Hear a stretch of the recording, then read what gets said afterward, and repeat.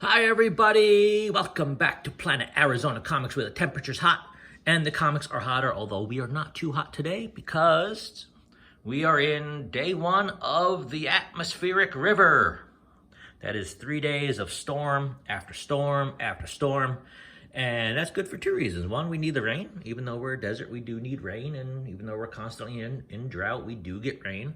And the second thing that's good about it is for today and tomorrow, I'm off. And so it doesn't matter how much or how hard it rains because I'm not working in it. So tomorrow, MLK Day, is supposed to rain all day. Good. Rain all you want. Get out of here by Tuesday morning, Tuesday afternoon when I start work, and we're all good.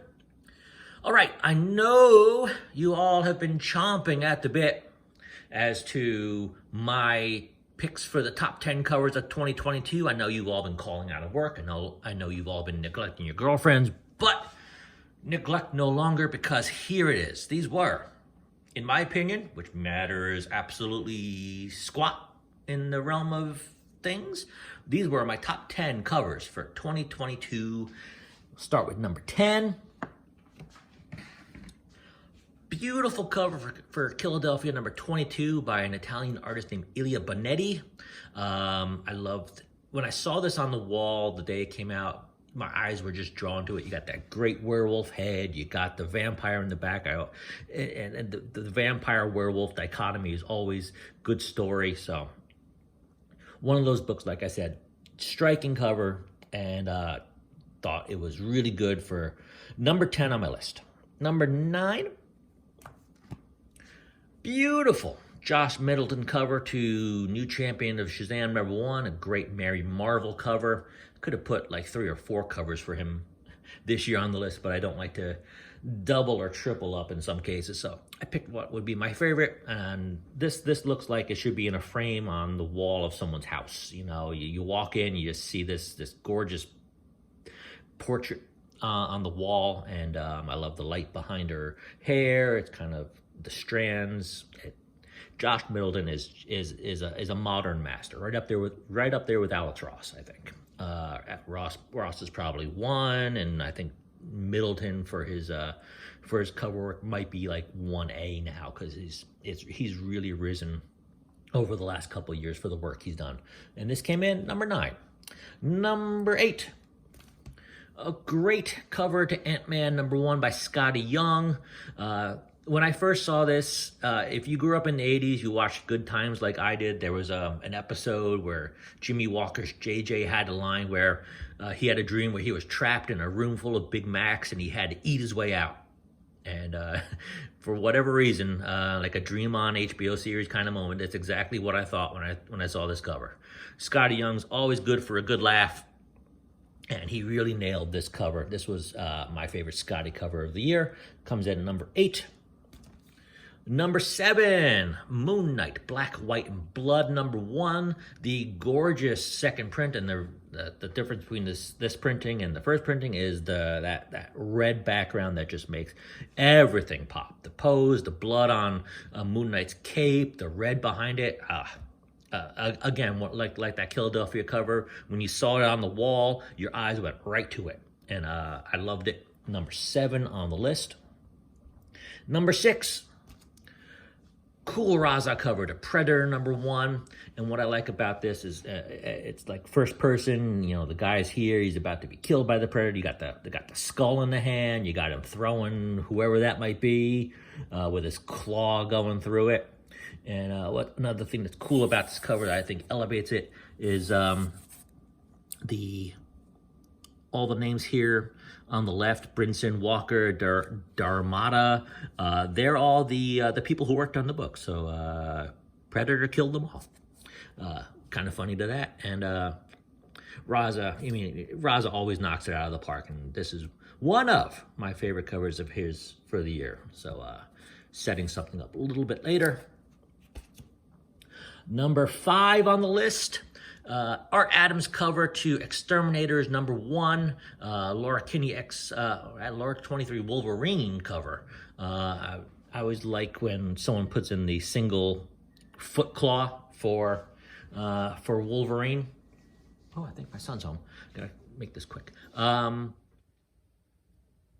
So gorgeous cover. One small critique is that Art Adams lately makes his females very, very top heavy. Don't know how she runs with those things, but I love the pose. I love the red on the bottom. I love the streaks going down. Even the font for the logo is really cool. So that was number 5 on the list. Number 4 is a bit of a cheat, and it's my list, and I can cheat if I want. And number 4 on the list, I'm doubling up on Rahzzah. Like I said, he knocks everything out of the park, and his connecting cover set to Crimson Reign 1 through 5. I wish one day they would maybe a graphic novel reprint of it. They would put this whole image on the cover so you can get it all in one shot. But I believe these are all these characters' first appearances, first cover appearance, I should say. Great run of covers. Really loved it. Had to have them all, and I got them all. Put you back up here. Straighten you out. There we are. Moving on to number 3.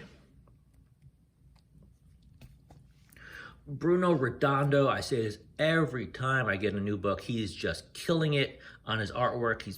This run with Tom Taylor, modern classic run from Nightwing 79 up now through 100. This cover hits all the nostalgia feels. That great Brady Bunch cover. You got Batman and Damian just stoic and looking straight forward. Bailey licking the screen, and when I was getting the list together, I was trying to get everything together, and it was a little bit higher originally. It was a little bit higher, but sitting down and looking through them all, number 3 I think is right where it deserves to be. Great cover. Number 2, moving on, is the Woo variant cover to Silk number 5, and I love this cover because it doesn't look like a comic cover. It looks like, you go to a museum and you see a piece of Asian art on the wall, and obviously that's what it's supposed to be, and that's why I really dig it. You got Mysterio and Goblin here, and the spider people in the foreground, Miles and Spider-Man and Gwen up there. Just it doesn't strike me as the typical comic cover, so. And I like that. I'm attracted to that style of difference in when as to what I collect. I don't need just people on the cover bashing each other's heads in. I want to see something a little different. So that's why this comes in at number 2. Number 1, I know you've all seen it recently. It's fresh in everyone's mind. That is Joker, the Man Who Stopped Laughing. Number 3. I think this, I'm not going to say it's easily the best cover, but it was either the Sozo Micah Catwoman, which I don't have, or this. And I mentioned it every time I've picked it up. I picked up like 3 or 4 of these right now. It's a book you're going to see for a long time. Every Christmas, this is going to come up on a hot 10 list. Someone's going to be wanting it. People are going to be buying it. And I always wondered why this kid makes me laugh. And I found it out. I remember as a kid being dragged to Kmart by my mother for holiday photos, and my brother, rest in peace, Dan, I hope you're finally at peace. My brother in every picture would cry. And that's why I'd laugh every time. This would be on the wall of my house. My brother crying on Santa's lap would be on the wall at my house. And of course I would laugh because me and my brother never got along very well. But, I love my brother, but family doesn't get along. All right, that was my top 10 covers for 2022. Let me know what you think. Let me know what you have that you would put on here. Let me know if you think something didn't belong. Let me know what you put on. Thanks for stopping by, and we'll see you next time.